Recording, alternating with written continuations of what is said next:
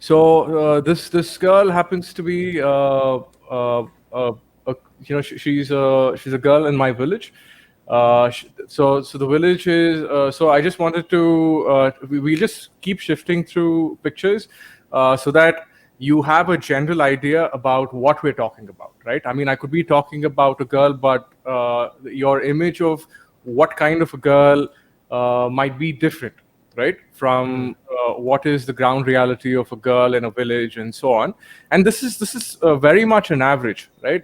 I really chose this particular village because and also this particular theme because India's population is over 65% rural, right? So that is a majority of India lives like this. And this is not an extreme village from a sense that this is not a developed village. It is not urban. It is not a developed village. It's a poor village because this region receives very low rainfall. So the people in general are extremely impoverished in this region. The average income is lower.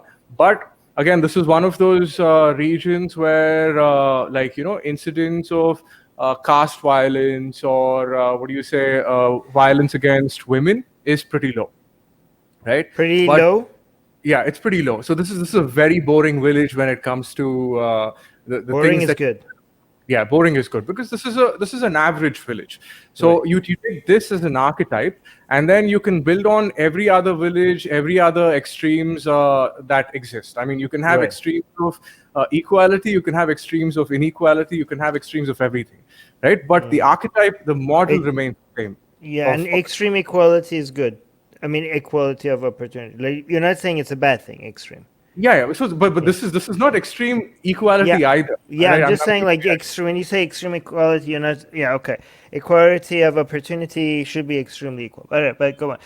By the way, guys, I forgot to mention that if anybody wants to have discussions like this, please don't contact me on Facebook or Twitter, or contact me. The only place you could contact me is on Patreon. I forgot to mention this at the beginning. Contact me on Patreon if you guys want to set up any discussions like this. Anyways, go on, continue. Sorry.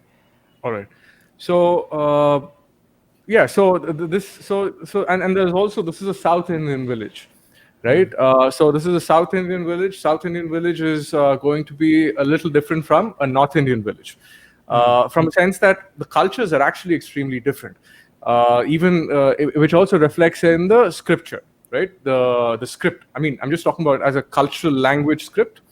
The language script of South India is different from the language script of North India. So you can clearly see that there is a sort of parallel evolution that took place because of some element of geographic isolation between the two regions. Okay. Right. So, but how does this all gets related? Becomes relevant to Hinduism? Right. So, because I mean, Hinduism also evolved in different ways in the north and the south. So, okay. So you're just showing you the differences. Okay. Yeah, I'm going to show the differences. So let's go through. Okay. I know you have a lot of pictures to show, so let's go through them. All right. So to the person to the left is my grandfather, right? He's about 92, and obviously he's a privileged guy. And the person to the right is somebody who is a villager.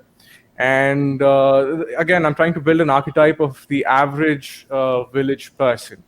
Okay. Right. Now, the village person generally doesn't have much of a contact with the city. So enlightenment values really don't reach the village unless it is young people like me who go who engage with them, right? Or people who are trying to. But again, these people are very egalitarian in their lifestyle, right? Yeah. Do they have internet? They do. In fact, I was actually trying to say that, like, for example, I'll take another picture somewhere a little ahead. For example, this guy, right? This guy's son is more educated. So he's the kind of guy who you would find as your Twitter troll, right? Who doesn't, okay. He doesn't know where you're coming from. For example, I've read books about, say, European history and so on, and Enlightenment and so on. he's just going to look at you as somebody who is insulting his local, practices, beliefs, and things like that. He doesn't, and he doesn't even understand English, right? For example, the nuances, the cultural relativism, all of that is lost to him. He's not going to look at all of that. But if a person like me goes and explains it to him, then he's like, okay, he get, like, I mean, and he's also going to take a cue from me. He's like, oh, okay, this guy is educated. He knows how he's dealing with those people that he thinks I know Western people. I might understand Western people. And as long as he understands that your intentions aren't bad, he's going to be like, okay, then he's probably got a point. Right? So that's the sort of thing. I'm just saying, I just picked this guy because he is relatively in between the social ladder, right, of a village. And village is about 600 to 700, 1,000 people. So you're basically trying to create a frame of mind for us, or a reference when we. Okay, good. This is really good. Okay. Right.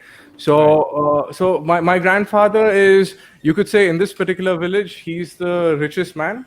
And the income disparity would be my grandfather would be about 5 times richer than the average person in the village, right? You always have a pyramid. I mean, it's not about caste per se, but there's always going to be an income disparity, right? In terms of, and there are a lot of things that have changed in the last, 50 years or 70 years or 100 years, right? And all these changes have led to what has happened is for example, a lot of people have left the villages, right? So, for example, I cannot sustain my lifestyle living in a village. So, capitalism really doesn't reward a village lifestyle, right? So, you and even the average land holding in a village is extremely small. It's about 2.5 acres per person, and that's a very tiny land holding. So you're not going to make a lot of money just by doing agriculture, and that is really the number one problem for Indian people, right? And then that leads to stress, and that kind of stress leads to all of these other, of course, you have all of these other social issues, all of that past baggage, but one of the biggest stresses is the fact that India still depends on agriculture when it should have moved to industrial jobs and all of that. Had you achieved that, I don't think we would have seen so much stress today. Okay. Well, I mean, poverty causes stress, obviously, right? Yeah. But poverty in India is largely caused by our reliance on agriculture, because but the thing I say that brings people on from relying on agriculture to become more of a service based economy is capitalism. That's the only way to get out of that. Yes. So that's the whole reason why I'm like, you have to bank on capitalism, because I mean, I'll tell you what, in these areas, right? Just not too long ago, you had a little bit of India has always had a history of socialism. Right, so we have socialism. It's imperfectly done, but I mean, if you don't have money, there's not a lot to spread around, also, right? So that's the core problem with why socialism hasn't worked in the first place in India. And second thing is, you also had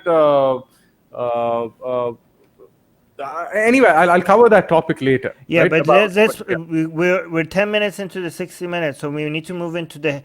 Remember, we talked about Hinduism, and we want to go to caste system, and we want to also talk about how Hinduism affects people's views on sex. Okay, but that's good. Okay, go. So anyway, so the exactly. So the point is that these are the real Hindus at the end of the day, right? I'm not a real Hindu. These are the real Hindus. So just keep that picture in mind. Well, typical, not real Hindu, typical Hindu, because we don't want to. We don't want to do a no true Scotsman's. No. Actually, this is an average, right? Actually, there are many hundreds of thousands of types of Hindus, right? So this is the golden mean, you could say, right? And next is so caste is more of a feudal construct. Right, so this is something that I'm trying to propose. It's less of a religious construct, more of a feudal construct, because there are plenty of places in India where caste isn't derived directly from scripture, religion, and so on. It's more of a feudal reality in villages like this, right? Or in towns, right? It's still a feudal reality. It's not a religious. So you for example, caste in this particular village, you would see caste for fishermen, washermen, barber. This guy would be a goat herder. But that's not the caste when people are the one that they're talking about. Yeah, that's true. not the okay. So that's like, let's not conflate the two each other. When people are talking about the caste system, they're talking about the religious one and the Right. one that is causing a lot of problem. Like Right, these right. other forms of like having a Right. group of fishermen and some people making bread and they're separate. That is, Right. and it's based Exactly. on merit. That's not an Exactly. issue. Like nobody's, obviously people are not referring to that as a True, problem. true, They're true. referring- No, that's precisely why I just sort of wanted to point. So let's to, not use the caste interchangeably as if they're the same thing, because they're not, Okay. right?